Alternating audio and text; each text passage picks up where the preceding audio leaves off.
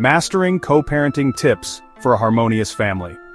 Look, being a parent is tough enough as it is, but when you're co-parenting, things can get really complicated really fast. It's like trying to juggle chainsaws while riding a unicycle, tricky, to say the least. But here's the deal. Your child didn't ask for this situation. They deserve to have a loving, supportive environment, even if you and your co-parent aren't together anymore. That's what we're going to talk about today. How to put your differences aside and create a healthy family dynamic for your child. If you find these tips helpful, don't forget to hit that like button and subscribe for more parenting advice.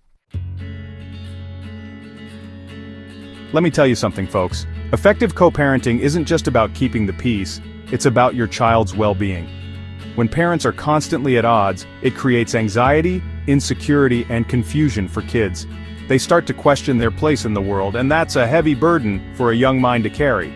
But when parents can work together, even if it's not perfect, it provides a sense of stability and security.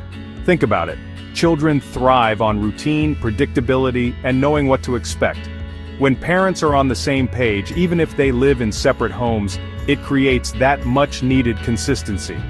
Now, I'm not saying you have to be best friends with your ex, far from it, but you do have to be civil, respectful, and put your child's needs first.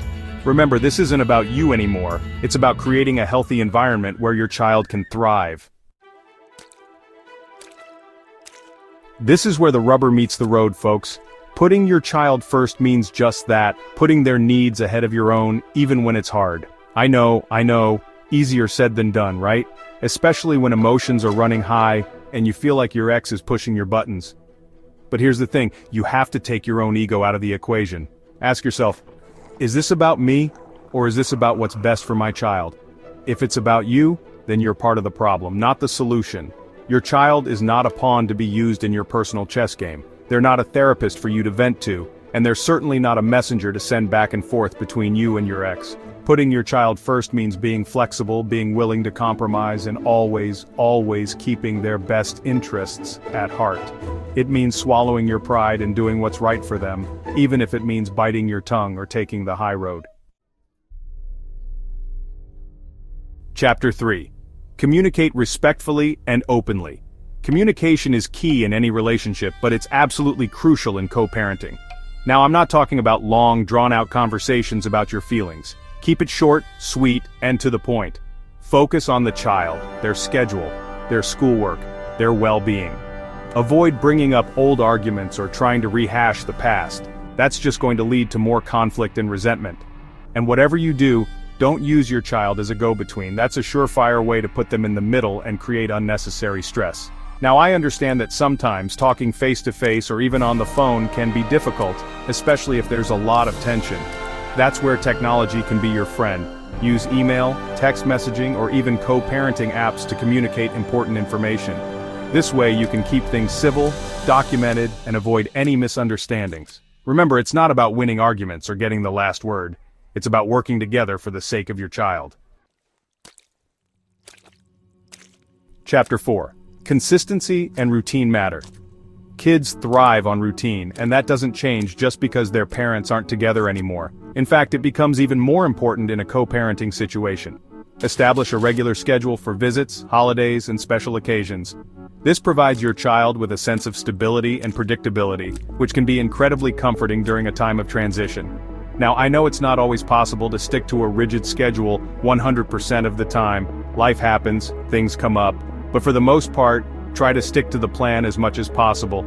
And when changes do need to be made, communicate them clearly and respectfully to everyone involved. Consistency also applies to parenting styles. Now, I'm not saying you and your co-parent have to be carbon copies of each other, but you should try to be on the same page when it comes to the big stuff: discipline, values, and expectations. This doesn't mean you can't have different parenting styles, but it does mean you need to respect each other's boundaries and present a united front to your child. Chapter 5. Support a positive relationship with both parents. Your child has two parents, and they deserve to have a loving, supportive relationship with both of you. It's not your place to badmouth your co-parent in front of your child, no matter how tempting it may be. Remember, your child is a product of both of you, and when you speak negatively about your ex, you're essentially speaking negatively about your child. Encourage your child to love and respect both parents without guilt. Let them know that it's okay to love both of you, even if you're not together anymore. Create opportunities for your child to spend quality time with both parents and be supportive of those relationships. If your child sees that you're happy for them when they're with their other parent, it sends a powerful message that they don't have to choose sides. Co-parenting isn't a walk in the park, but it's a journey worth taking for the sake of your child. It's about putting your differences aside, communicating respectfully, and prioritizing your child's well-being above all else. Remember, you're not alone in this journey. There are countless other parents out there navigating the ups and downs of co-parenting, and there are resources available to help you along the way. What strategies have helped you co-parent successfully? Share your insights in the comments below, and don't forget to like, subscribe, and share this video with other parents who might find it helpful.